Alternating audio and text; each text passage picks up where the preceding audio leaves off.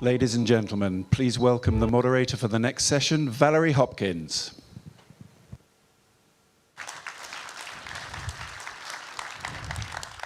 Hello, everyone. Please take your seats. I'm Valerie Hopkins. I'm an international correspondent at the New York Times, and I cover the war in Ukraine and also developments in Russia. And I would like to introduce a wonderful panel that we have here. A lot of experts and a lot of politicians. I've already told them no speeches, please. So first we have Gabrielius Landsbergis, the Minister of Foreign Affairs of the Republic of Lithuania. Luminita Odobescu, the Minister of Foreign Affairs of Romania. Katarína Mathernová, the EU Ambassador to Ukraine. And Mariia Mezentseva, who is a member of Parliament and the Deputy Chair on Ukraine's Committee on EU Integration, and the head of the Ukrainian Delegation to the Council of Europe and the Parliamentary Assembly. Today, it's day 919 of this war. I think this is the third panel in 3 years that I've moderated about the war in Ukraine. I wish we were talking about business development and not prospects for peace still, once again. But I think we have a great panel to discuss some of the pathways for peace. But I wanted to sort of set the stage by asking Mariia, who just arrived from Kiev, to give us a sense of the mood right now in Ukraine. This week we saw some of the most dramatic strikes on Kiev and all of Ukraine since the war began. You know, how are your countrymen coping? Thank you, Valerie. It's a huge privilege to participate physically in Globsec Forum. And why I'm saying physically, because for us, every day is running in the mode carpe diem. So, you know, the next one might not arrive. On a positive note, we have survived yet another huge targeted wave of drones and different type of missiles, including cruise missiles, which is very hard to intercept. But our air defense bravely defended most of the country of Ukraine.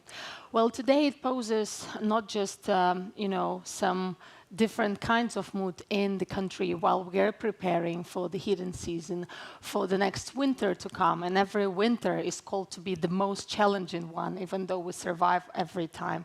And we are very thankful to international partners globally, not only EU, but even Japan, US, and others for supporting our critical infrastructure, for being able to protect it. And something we've been talking forever in our technologies, in our strategies, which is a Green Deal, which is a green energy. This is something that we are shifting towards because also of the war of aggression. So the morale and the motto is still very high among the civilians and military. You know that we have passed a very important role for the digitalized system of recruitment, and that was done very smoothly, I must say. Now we know how many of the people in Ukraine can be recruited and can be in service. Also, these are the services that are provided digitally so that, you know, the paper army would stop existing one day and this time can be more functional for the daily operations. Of course, the people who are still abroad, temporarily displaced, they are coming back. There are some who are leaving, and this is a, you know, constant movements throughout Ukraine. Even though we stand strong and we are preparing for the next budget process, usually we pass the budget not before Christmas, but very, very on time. Even though we're lacking budget money, and that would mean some harsh and painful decisions in terms of managing taxation system.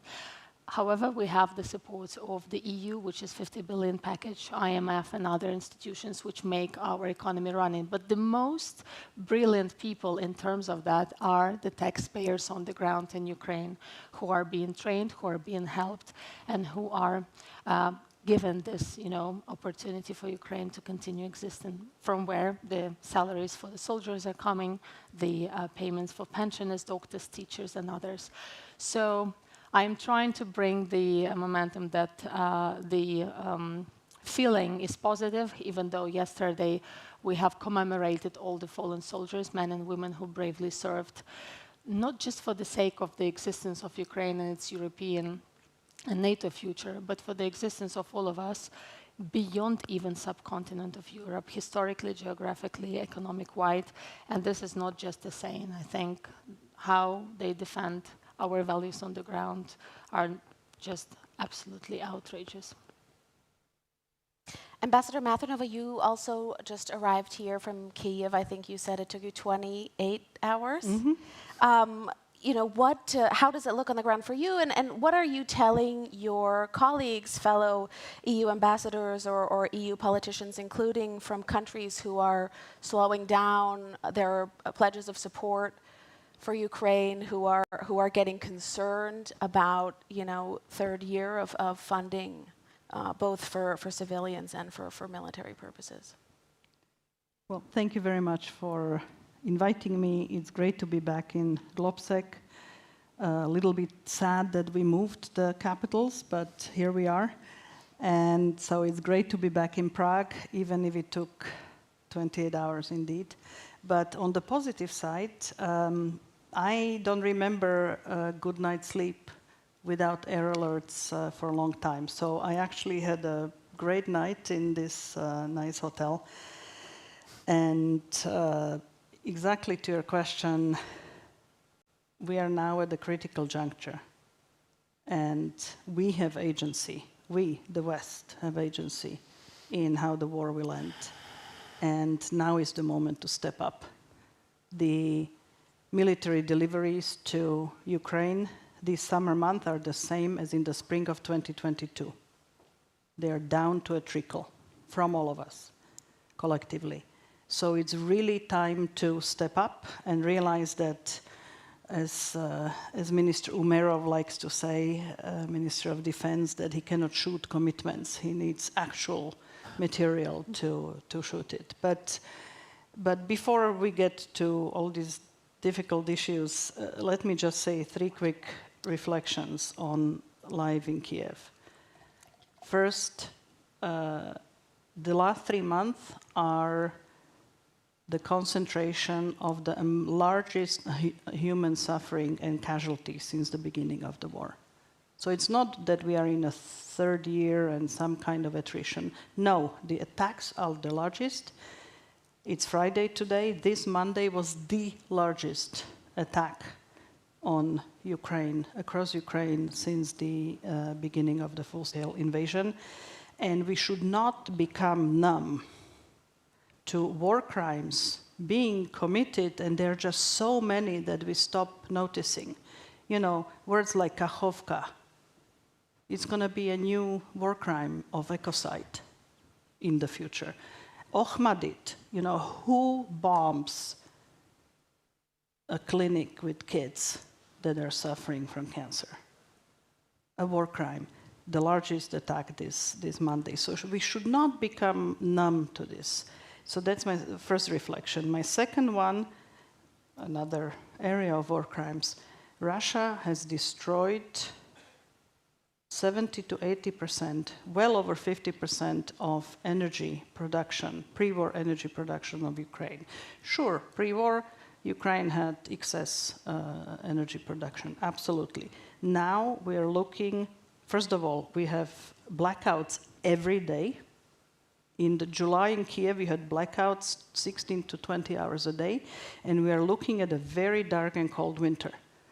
At the current level of destruction, because the stockpiling of missiles happens, and we can have many, many more attacks at a time when restoring it and repairing either the grid or the power sources is not going to be that easy. So that's the second reflection. And the third one, I'm sure we'll discuss it further, but when I came to Kiev after my summer break, I found a different mood.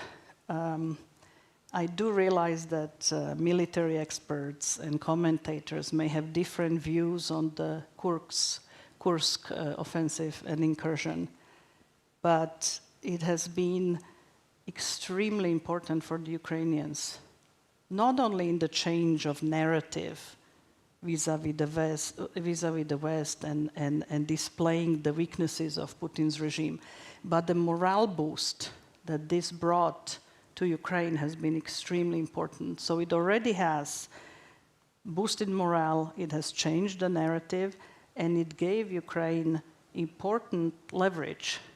It gave it land, we'll see whether they'll be able to hold on to it, but it gave it hundreds of POWs that they were already immediately able to trade. They still have numbers that they are taking care of and will be able to trade in the future. So it gave leverage, and it created, hopefully, a new dynamic in the war. Although obviously the hope that Ukraine had of siphoning off the military from the eastern offensive, that did not pan out, and there we indeed see huge slow successes of Russia. So those are my initial reflections. I did read this morning that the Russians are 5 miles outside of Pokrovsk at this point, which is really scary. I want to go to you, Minister Odobescu. What, given all of the developments that Ambassador Mathernová just laid out, are you seeing a consolidation among your EU colleagues over a vision, a consensus to bring this to an end, a vision for how the war could come to an end, and what successful negotiations could look like, and can the EU actually be leading that? Well, good afternoon. I'm very pleased to be back in Prague at the GlobSec Forum. I cannot emphasize enough how important it is to achieve the peace in Ukraine. The peace for Ukraine and in Ukraine and with Ukraine. And this ultimate goal stands at the heart of our strong commitment to support Ukraine to prevail in front of the Russian aggression. So this is really important, because I was listening to our colleagues, and we have seen on a daily basis the atrocities in Ukraine, what Russia continue to do in Ukraine. We are speaking about children, we are speaking about women, civilian infrastructure. So peace is really, really important, because the sooner we will achieve this peace, the more lives will be saved. The sooner Ukraine will be free, the greater security crisis we are facing in Europe will cease. Of course, the main question in everybody's mind is, how can we achieve a just, this is really important, just, it's an important word, lasting and comprehensive peace in Ukraine and for Ukraine. And not a peace at any cost.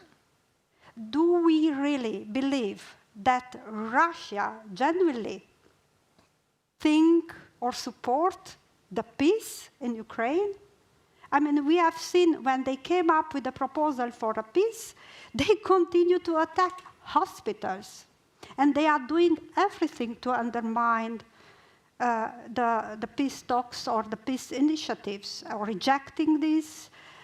Of course, there are different starting points, and I think the starting point in any discussion about the peace is the legitimate expectation of Ukraine and Ukrainians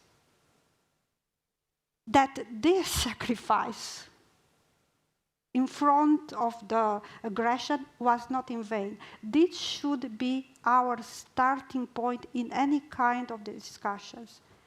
And I think with the President Zelensky peace formula, we have a good starting of this discussion, because we are discussing about the international law, the UN Charter.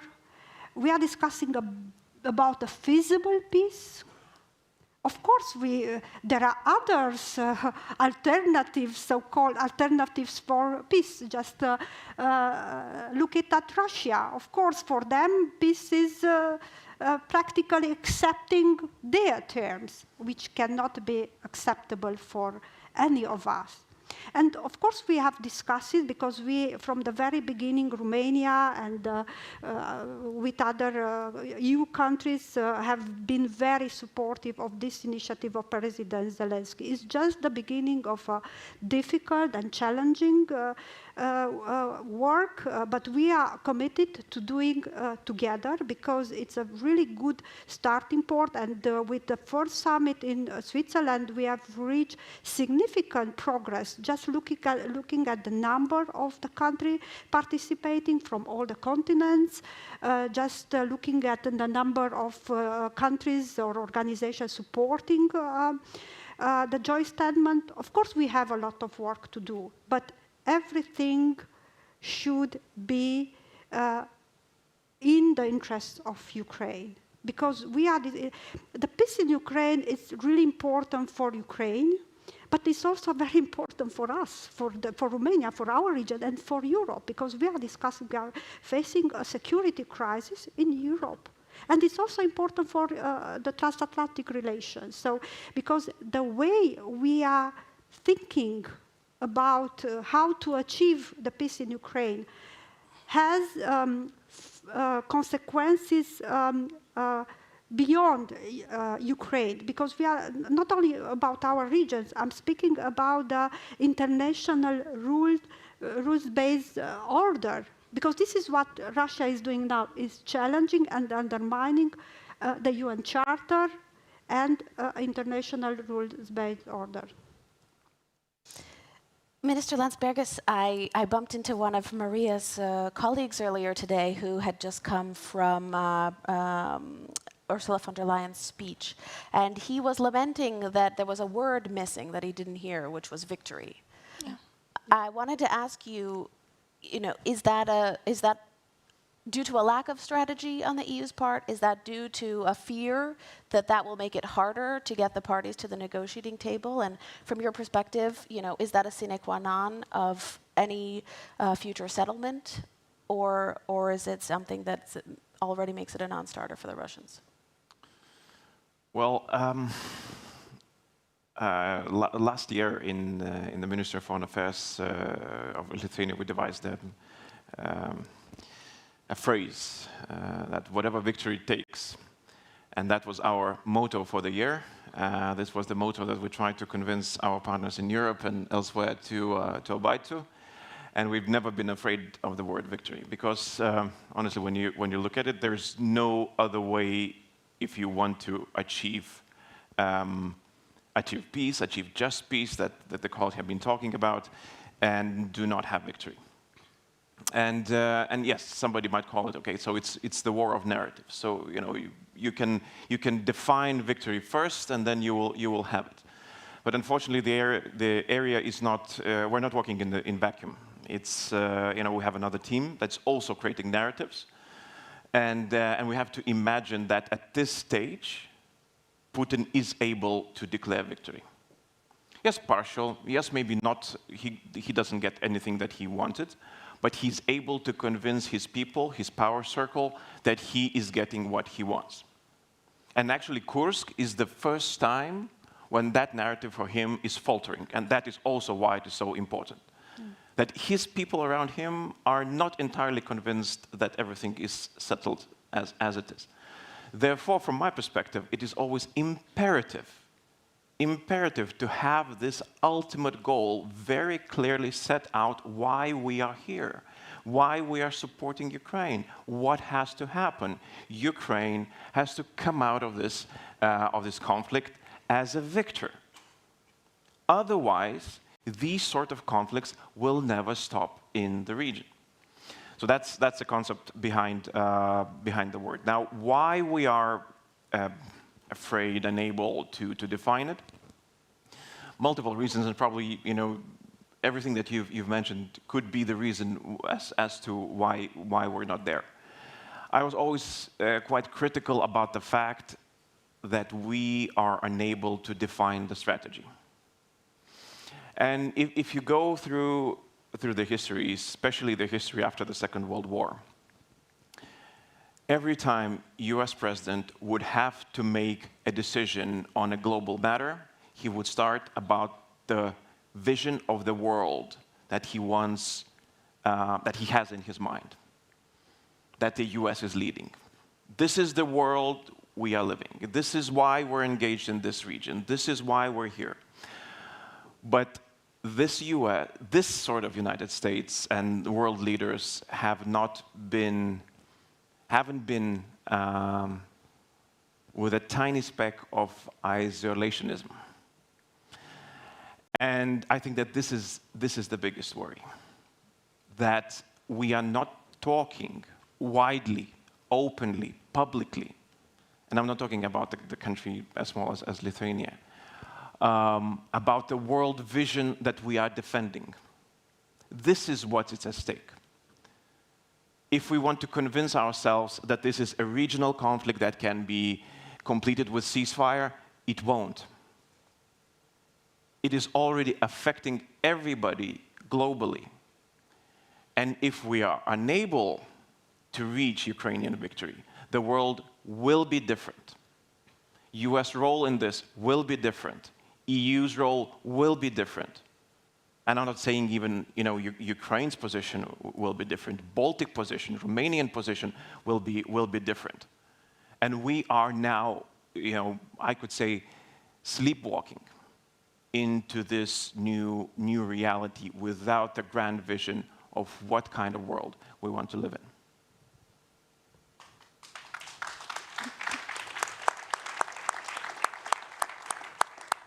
I'm glad you raised the US. That's a topic I definitely want to come back to. I just also wanted to remind the audience that soon I will stop abusing my position as moderator and allow you to ask questions. So there are, I see, I didn't realize they were already populating.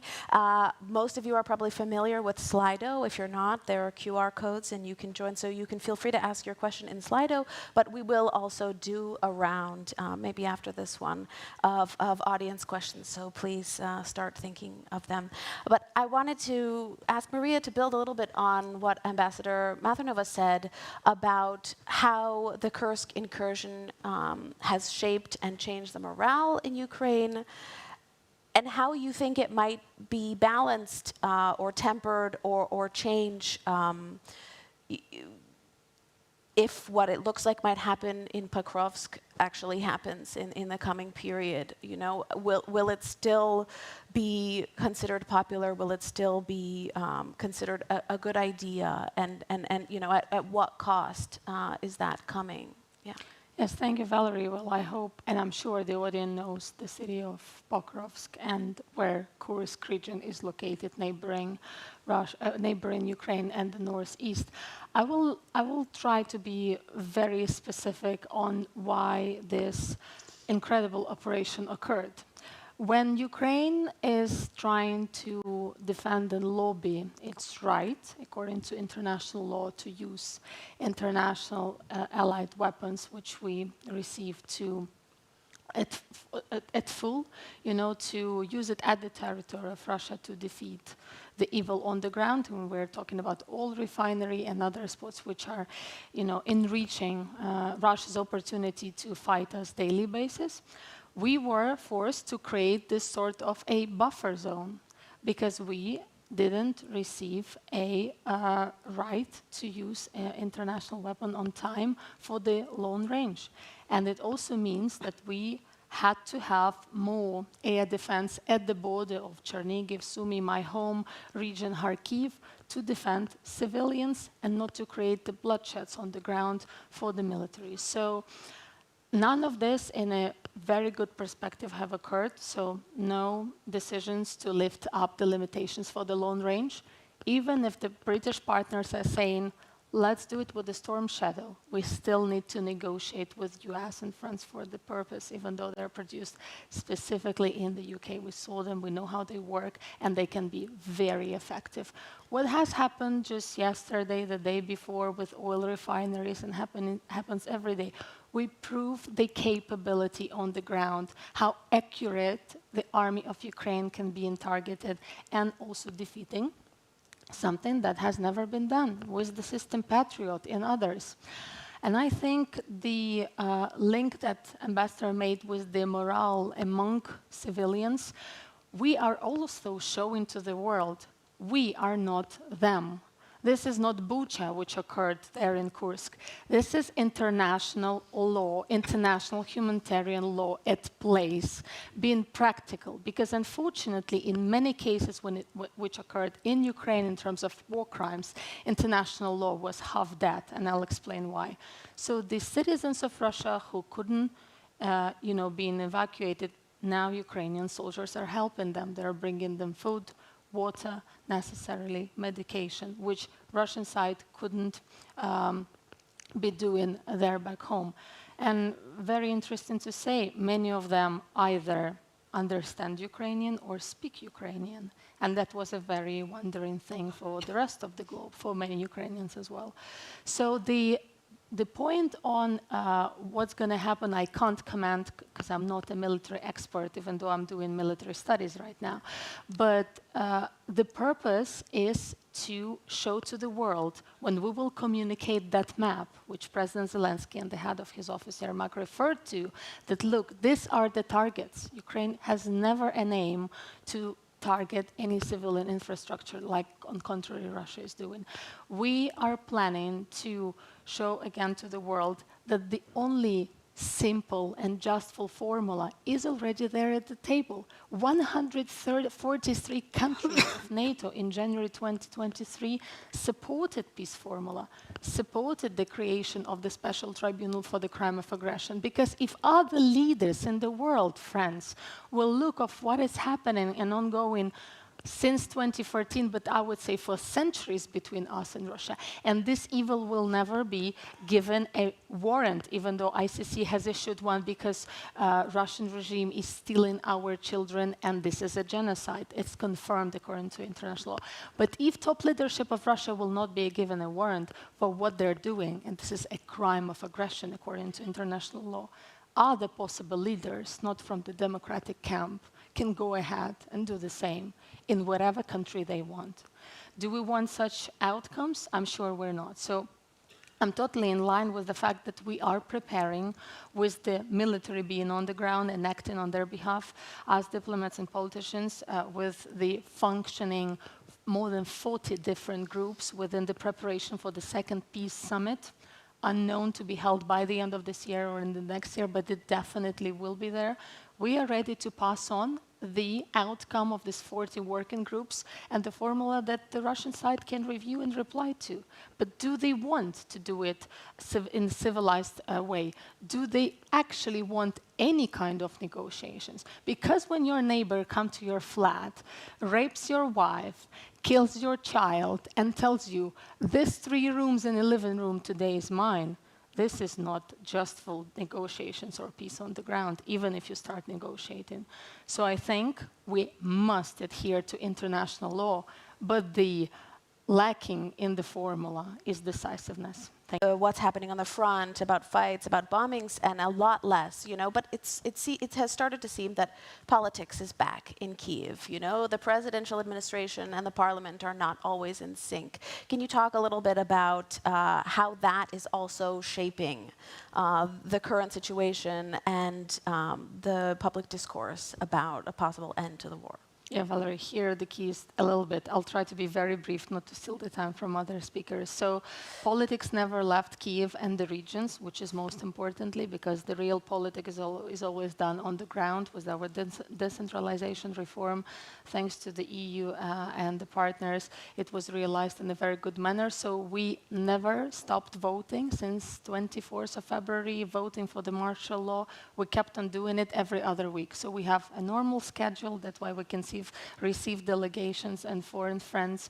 We're taking them not only to the capital, but rather to to liberated territories in Kharkiv or Kherson or Zaporizhia region or elsewhere in Ukraine, where they can see the not only political life, but the rich culture, understand the historical retrospectives of why this aggression is ongoing and what are we fighting for.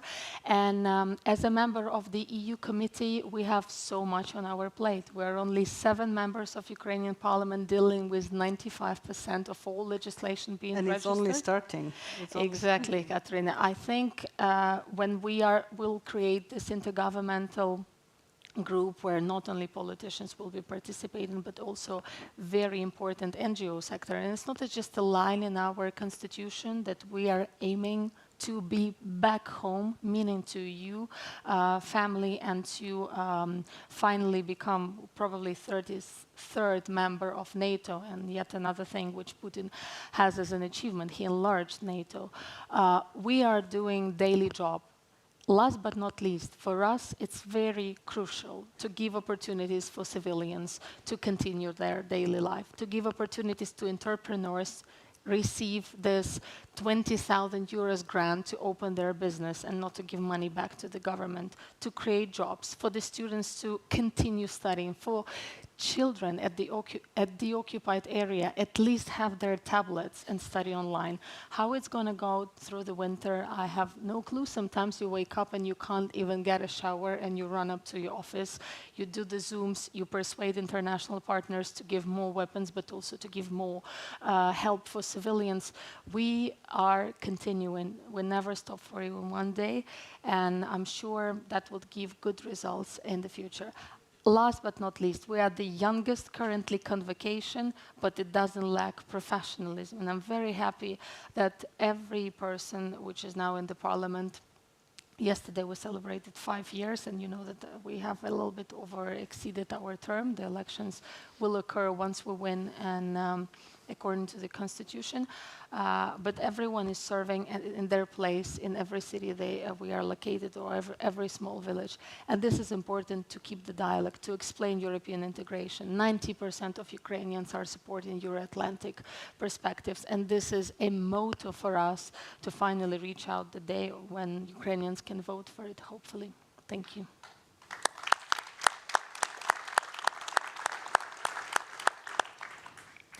Ambassador Mathernová, I mean, how does all of that sound to you? How long do you see, from your view in Kyiv, that Ukraine can actually, resource-wise, keep this going? You know, considering the rolling blackouts, considering the type of winter that you've mentioned that Ukraine is facing, and the manpower and weapons challenges. I'm coming back to what I said before. Now is the time to step up the support, especially on the military side, not to go the route that Minister Landsbergis mentioned of sleepwalking into a completely different world that we don't want to have. Luminita talked about international rules-based order, and I think all of that is at stake. It's always good to have politicians in a panel because they can say things before the diplomats do. But I would very much like to echo the time is now. We are going to a critical crux moment. Yes, the Kursk offensive might have accelerated some of that. Maybe we had a little more time before. The Pokrovsk, as you mentioned, the Russian military is 5 kilometers away. If they get Pokrovsk, they're very close to Dnipro, the fourth largest city. So the situation is really dramatic, and I think it's important to step up the support now. But I would like to reflect very briefly on something that Masha was saying. Probably, I don't know, in the audience, who has been in Kiev in the last 3 years or somewhere in Ukraine? Okay. Thank you. So about a quarter. So it's not going to be a surprise to you, but perhaps to the others. Because when I talk to some friends who have nothing to do with what I do, they're like, oh, you know, going to Kiev and you must be, yes, it's bad, there are alerts, but otherwise life goes on, and not only in Kiev, in Ukraine, economy is humming along, and the job that I have is also to help on the European integration path of Ukraine. And it's amazing that in these circumstances, the reforms are taking place. The parliament, as Mariia said, has never stopped functioning. The government is strong. Institutions are strong and solid. So the entire sort of Russian narrative of Ukraine, a failed, oh, so corrupt, they're practically a failed state, is simply not the case. yes, there are problems, yes, there are issues, yes, there is corruption, but there is also a very effective fight against it. There are lots of journalists, huge journalistic freedom, NGOs working, opposition, government. So presidential administration, the state functions, and they are making a tremendous amount of reforms. And I'm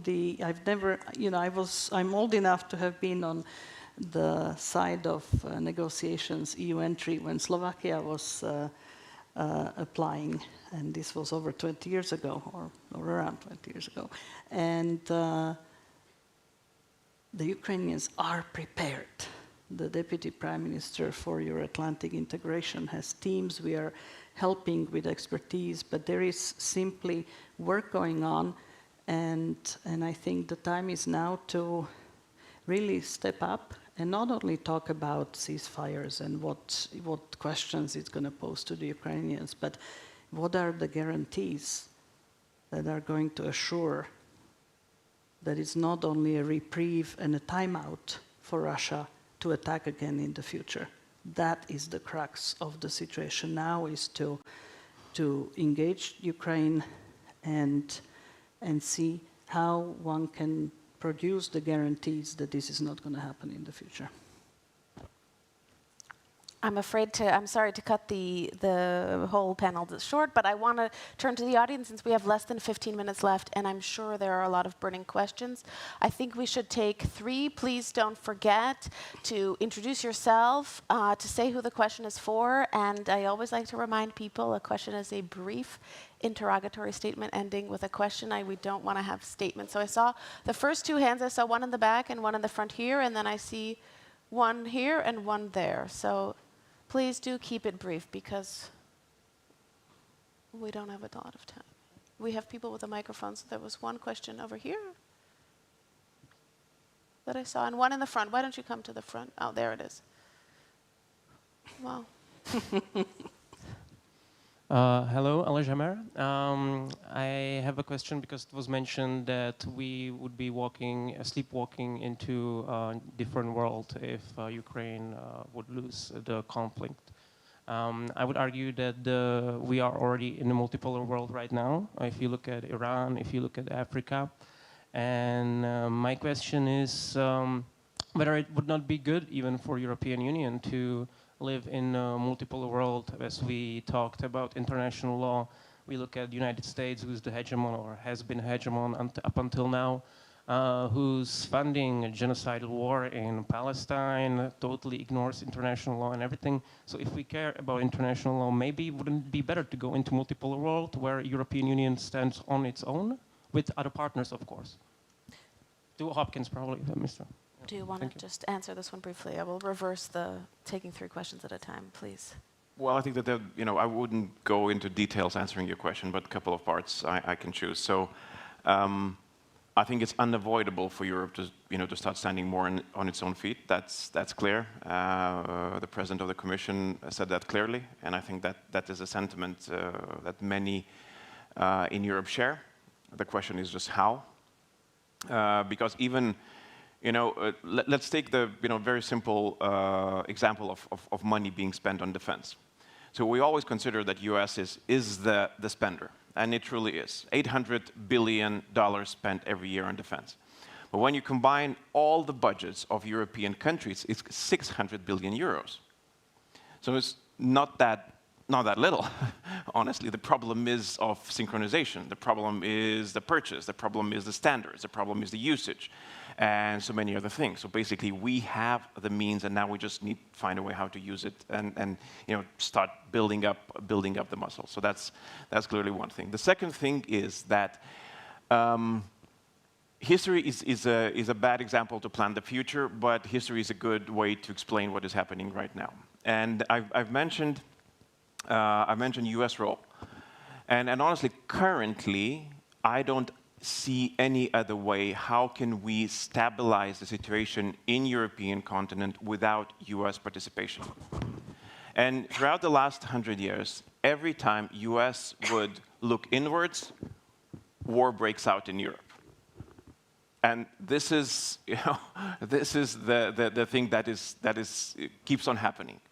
So our job is now, at this point, build up ourselves, build up our muscle, get stronger, but bring back US and keep US as much as possible involved, because there's a very easy explanation why it is needed. Is it not just for Europe, not just for Ukraine, but for the whole society to work, for the whole global society to work.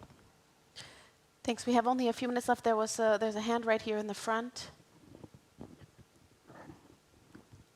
Thank you so much. My name is Lalita Sigan, Center for Geopolitical Studies in Riga. I have a question about Russia, and I would like to ask someone who can do some read of that. We are always hoping for vulnerabilities, and we think this is going to be the next vulnerability that is going to collapse Russia's ability to continue the war.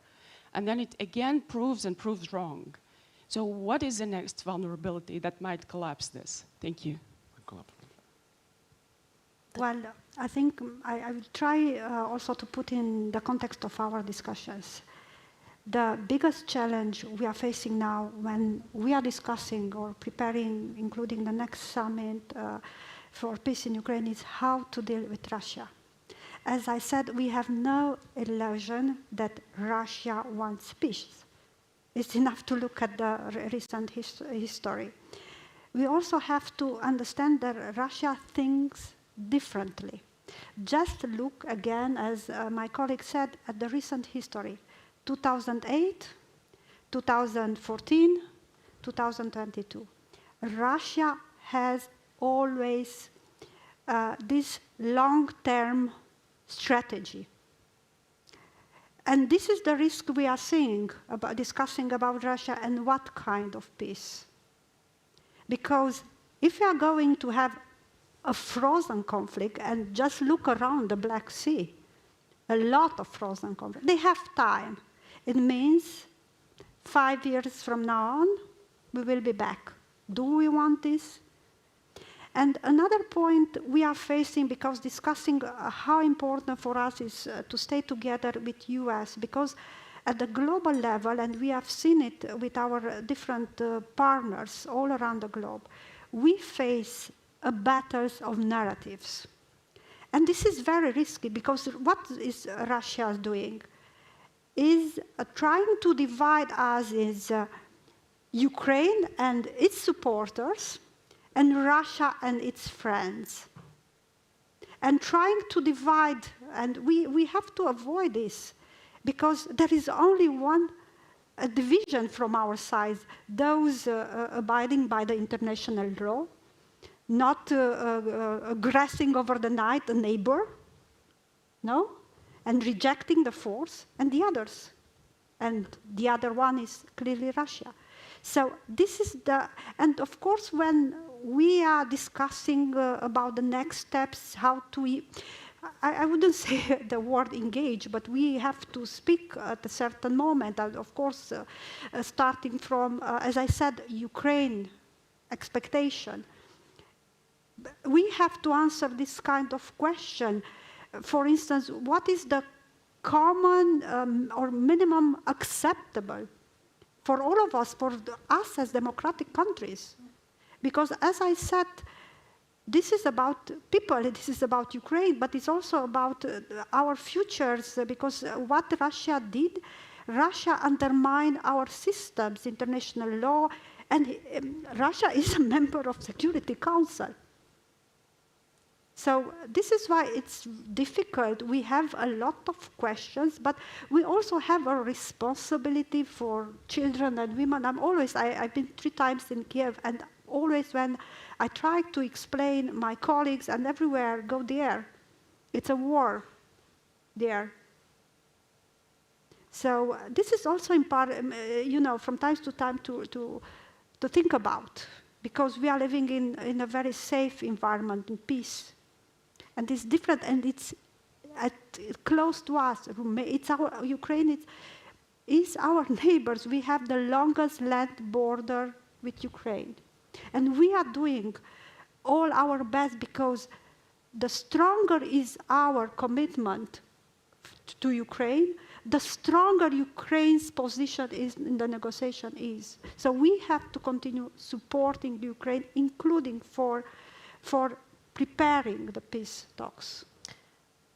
Thanks. Did anyone else want to address the question of Russia's vulnerabilities, or shall we take the next question in the audience? I see in this corner here there are some questions. Or sorry, just quickly. Two sentences. I don't think the name of the game should be looking for vulnerabilities. There are vulnerabilities, but the language that Mr. Putin understands is one of strength. Yeah. We know that.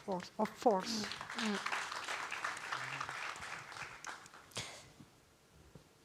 Good afternoon, Benjamin Tallis, Democratic Strategy Initiative, Berlin. Minister Landsbergis, I think you correctly identified our lack of vision and our strategic deficit.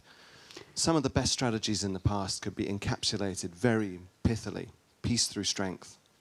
We win, they lose. For you, and also for you others on the panel, what should be our strategy in service of what vision?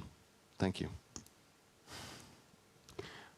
Well, I think that we've been talking throughout the panel today that the main strategy that we need is how Ukraine has to win. I'm not military specialist. I've seen Ben Hodges here. I'm sure that he would have he could lay out an excellent vision. But I would just use one example, and it has been mentioned. Why is Kursk so important? It's not just because now Putin is having troubles explaining it, but it also because it creates a strategic dilemma to him. He doesn't know what to expect tomorrow, and it changes his calculations. This is how the wars have been waged in the past. And this war has not been waged that way. We use strategic clarity. We've explained everything to our friends and enemies alike.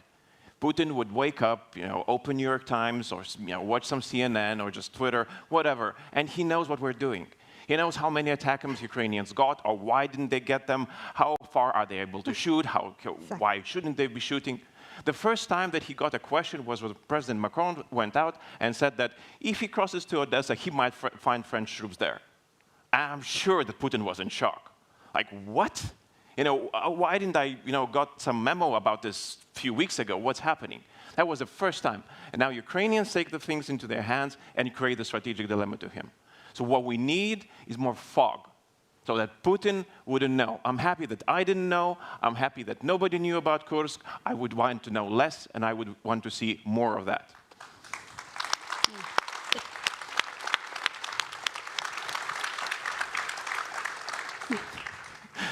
Certainly, it was very different than the work calls every morning. Did the counteroffensive start yet last year?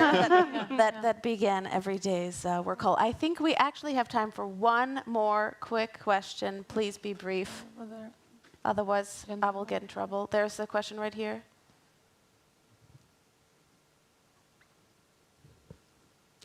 Thank you. Sergei Sidorenko from Ukraine. I just came from there, as well as Katarína and Mariia. I have a question for non-Ukrainian participants, I guess, and probably not for Katarína, because for Ambassador it would be difficult to answer. We see that in all discussions, Crimea and Donbass, their immediate return to under Ukrainian control is avoided. And we feel that it can be left by the US and by some strong European countries as possible like trade issue. Why don't we need a clarity here? And what could we change to make the US, all EU states to say, well, just peace means that Ukraine controls it. What can be changed for that? Thank you. You each have half a minute to sum it up, please. My answer is very simple, because when we are discussing about the international law, it's practically restoring the territorial integrity, sovereignty of Ukraine. This is very clear, and this was the common understanding and the result of our first summit in Switzerland. Because what we are talking about, if we are starting discussing about taking peace of different territories, what kind of peace is this? So our starting point, as I said, it's the legitimate expectation of Ukraine and expectation of Ukraine and Ukrainians are to restore the territorial integrity. And this is our responsibility because we are, as Katarína said, we are a critical and it's really important to stay together because it's also our responsibility, not only as neighbors, as Europeans. It's also about us. Final remarks. I fully agree with Luminita. Couldn't have said better. Great. Well, then our time is exactly up. I would like to thank everyone for coming. There are refreshments in the foyer. The next session starts in 15 minutes. We'll be talking about restarting Europe's economy. So please do get some coffee and come back. Thank you to the panelists.